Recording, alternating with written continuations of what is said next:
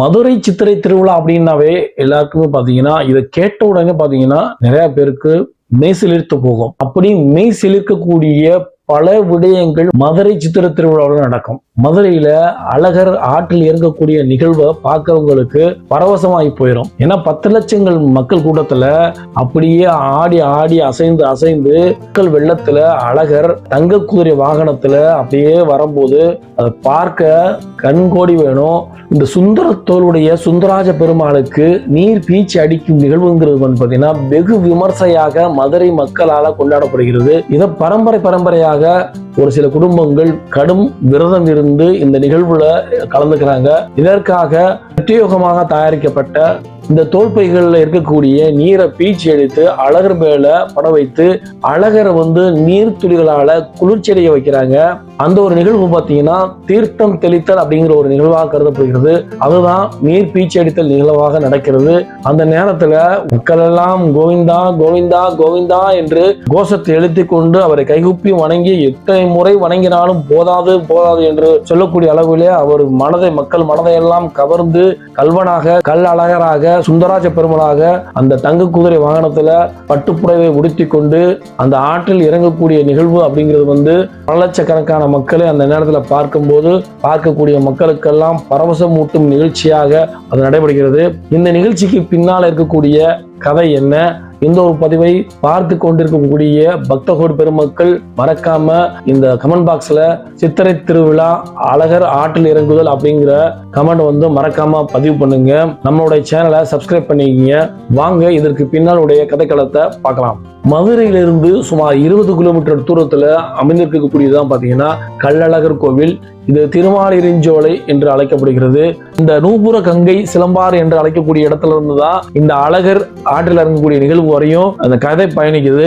இந்த நூபுர கங்கை என்னும் இடத்துலதான் பாத்தீங்கன்னா அந்த சுபதஸ் அப்படிங்கிற முனிவர் திருமாலை நோக்கி அவர் அன்று பூஜை புனஸ்காரங்களை செய்து அவர் வழிபட்டு கொண்டிருக்கிறாரு. கண்ணை மூடி தியானித்துக் கொண்டிருக்கின்ற சமயத்துல துர்வாச முனிவர் அப்படிங்கிற முனிவர் தன் சீடர்களோட அங்க பயணிக்கிறாரு. அப்படி பயணிக்கக்கூடிய நேரத்துல அவரை கண்டுக்கறல, அவருக்கு செய்ய வேண்டிய செய்முறைகளை செய்யல, வணக்கம் வைக்காம திருமாலை வேண்டியபடியே இருக்கிறாரு, கண்டுக்கறல. உடனே கோபங்களுக்கெல்லாம் பெயர் போன துர்வாச முனிவர் என்ன பண்றாருன்னா உடனே கோபப்பட்டு மண்டூக பவ அப்படின்ற ஒரு சாபத்தை கொடுத்துறாரு. மண்டூக பவ அப்படின்னா தவளையாக கடவாய் அப்படின்னு ஒரு சாபத்தை கொடுத்துறாரு.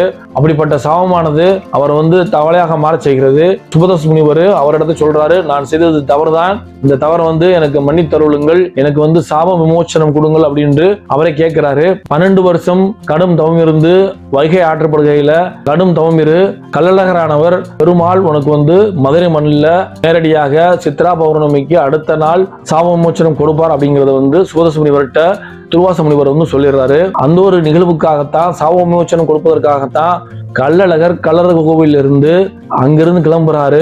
கள்ளழகர் கோவிலிருந்து கிளம்பக்கூடிய கள்ளழகரானவர் கள்வர் வேடமிட்டு அங்கிருந்து புறப்படுகிறார். அப்படி புறப்படுறதுக்கு முன்னாடி அங்க இருக்கக்கூடிய 18ஆம் படி கற்பரானவர் அவருக்கு உத்தரவு கொடுக்கிறார். அவர் உத்தரவின் பேரிலே அங்கிருந்து புறப்பட தயாராகிறார். கள்ளழகரானவர் ஆண்களுக்கே உரித்தான அழகை கொடுக்கக்கூடிய உருமால், அதிலே குத்தூசி, கையிலே வளரி என்று கூடிய வளைத்தடி, அதெல்லாம் இடுப்பிலே பாத்தீங்கன்னா ஜமதான் என்று கூடிய ஒரு அடிகளன், அது மட்டும் இல்லாம கருப்பு ஆடை, கண்டங்கி என அழைக்கக்கூடிய கருப்பு ஆடை, அது இல்லாம காதலை கடுக்கன், இப்படி அழகான ஒரு தோற்றத்துல அங்கிருந்து அவ்வாறு கிளம்பக்கூடிய அழகருக்கு மேலதாளங்கள் முழக சகல பரிவாரங்களோடு ஆடை அலங்காரத்தோடு அங்கிருந்து கிளம்பி வருகிறார். அப்படி வரக்கூடிய அழகருக்கு வழிநடியிலுமே பாத்தீங்கன்னா ஆயிரக்கணக்கான மண்டபப்படிகளிலே அவர்களுக்கு பிடித்த வினவுகளை சமைத்து அவருக்கு நைவேத்தியம் செய்கிறார்கள்.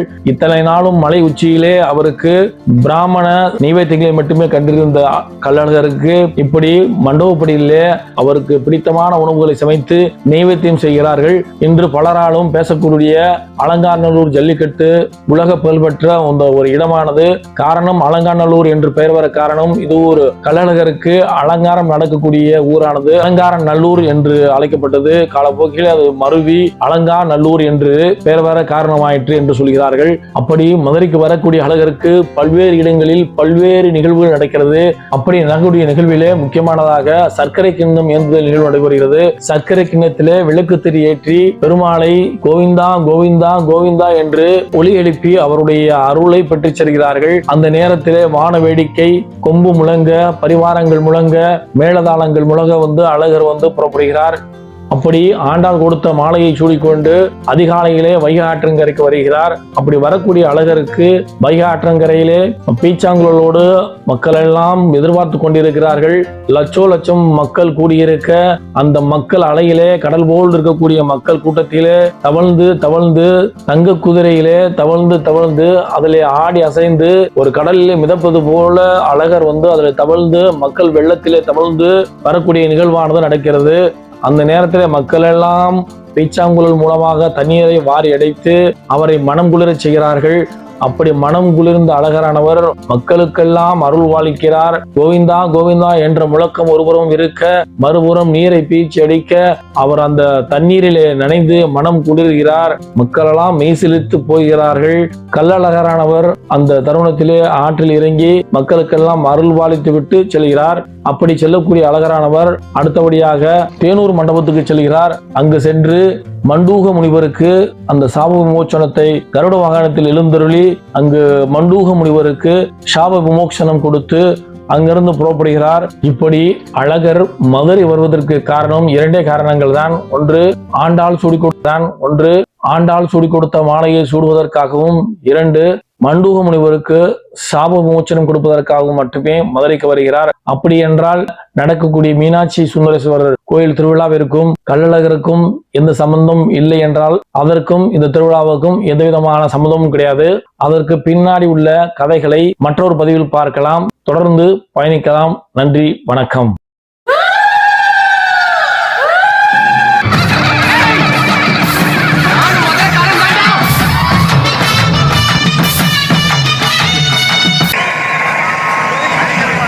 இது போன்ற பல்வேறு வரலாற்று கதைகளை தெரிந்து கொள்ள நம்முடைய சேனல் சப்ஸ்கிரைப் செய்து கொள்ளுங்கள். அது மட்டும் இல்லாமல் மதுரை கள்ளழகருடைய வரலாற்றையும் மதுரைக்கு அருகே இருக்கக்கூடிய கள்ளழகர் திருக்கோயிலுடைய வரலாற்றையும் தெரிந்து கொள்ள நம்முடைய பல்வேறு பதிவுகள் பதிவிட்டு இருக்கின்றோம். மறக்காமல் பாருங்கள். தொடர்ந்து நம்முடைய மதுரை மக்கள் மதுரை சித்திரை திருவிழாவை கொண்டாடி மகிழுங்கள். வருடந்தோறும் அந்த கள்ளழகர் சுந்தரராஜ பெருமாள் அழகர் திருக்கோலமிட்டு கள்ளழகர் திருக்கோலமிட்டு மதுரைக்கு வரக்கூடிய அந்த அழகான காட்சிகளை கண்டு ரசியுங்கள். வாய்ப்பு கிடைத்தால் நேரடியாக சென்று பாருங்கள். மதுரை சித்திரை திருவிழா ஒரு மகிமையான திருவிழா என்று சொல்லலாம். மதுரை மக்கள் மட்டுமல்லாமல் உலகில் வாழக்கூடிய பல்வேறு வெளிநாட்டு நண்பர்களும் பார்க்கிறார்கள். அப்படி அருமையான திருவிழா. வருடத்தில் ஒரு முறை சித்ரா பௌர்ணமி என்று நடக்கக்கூடிய அந்த அற்புதமான திருவிழாவை அனைவரும் காணுங்கள், கண்டு ரசியுங்கள் என்று உங்களிடம் கேட்டுக்கொண்டு இன்றைய தினம் உங்களிடமிருந்து விடைபெறுகின்றேன். மீண்டும் மற்றொரு தினத்தில் சந்திப்போம். நன்றி நேர்களே. எல்லாம் வல்ல இறைவன் அந்த கள்ளழகர் சுந்தரராஜ பெருமாளுடைய அருள் கிட்டட்டும். வாழ்த்துக்கள். நன்றி, வணக்கம்.